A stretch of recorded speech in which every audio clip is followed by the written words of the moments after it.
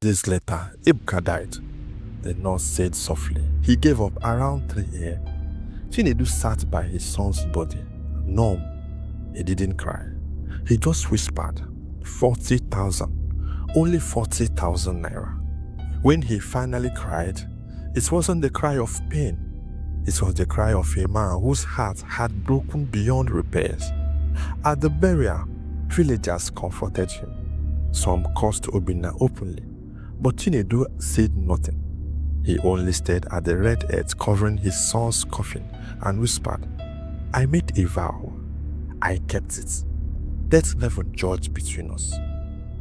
Weeks later, Obinna began to dream. He saw his brother's son Ebuka standing at the riverbank pointing at him and crying, You let me die. Each night, the dream returned. Each morning, new trouble came. First, one of his warehouse in Apapa collapsed during a storm.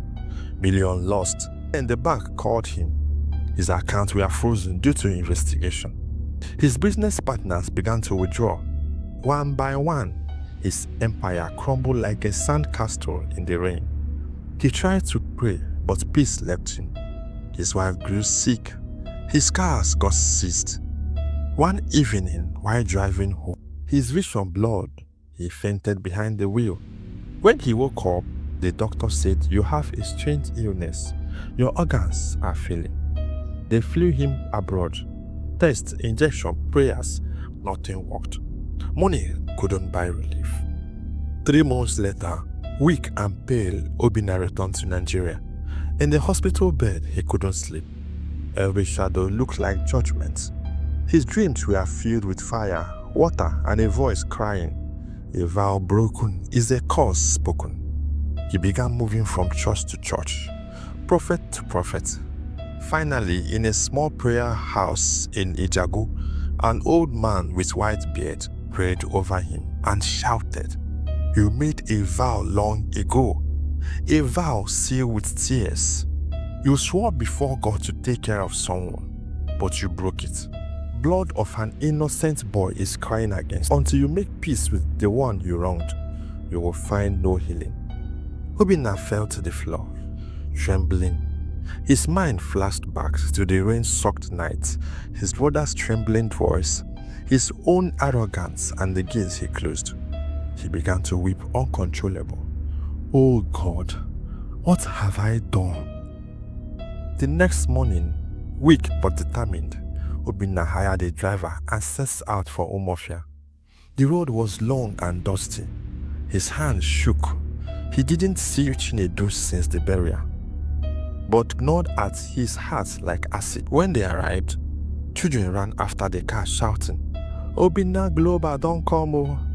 But this time, there was no convoy, no goat chain, only sickness and shame. He found Chinedu sitting under a mango tree beside his workshop, repairing a carburetor.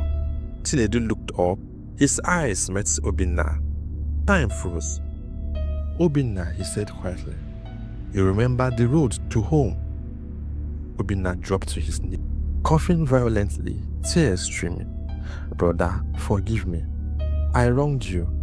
I let my pride kill your son. I broke my vow. Chinedu stared at him, tears in his own eyes. He stood, bent slowly, and helped him up. Obinna, I forgave you long ago, but heaven must decide the rest. Obinna wept uncontrollable. Please pray for me. I am dying. Chinedu placed his hands on his brother's head and prayed, the voice trembling. God, if this sickness is because of me, let him live. Let the curse stop here. When he finished, both men sat in silence, weeping. The wind carried their tears like incense to the sky. That night, Obinna slept in his brother's room, the first peaceful sleep he had in months. In the morning, Chinedu woke early to make tea, but before he returned, Obinna was gone. Gone, not missing, died. His face looked calm, almost smiling. On the bedside table was a note written with trembling hands. Brother, tell Ebuka I am sorry. I broke my vow and heaven have collected it back.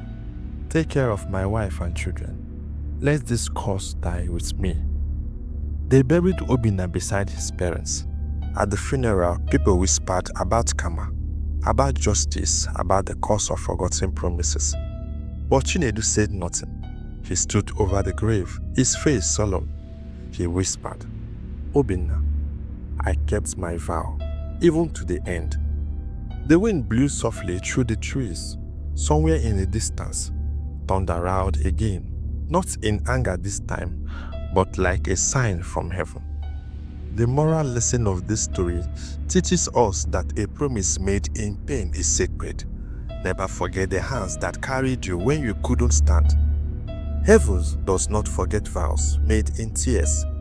Never forget the shoulders that lifted you. When a promise is made in tears, breaking it invites thunder. Money may buy comfort, but it can never silence the cry of the innocent.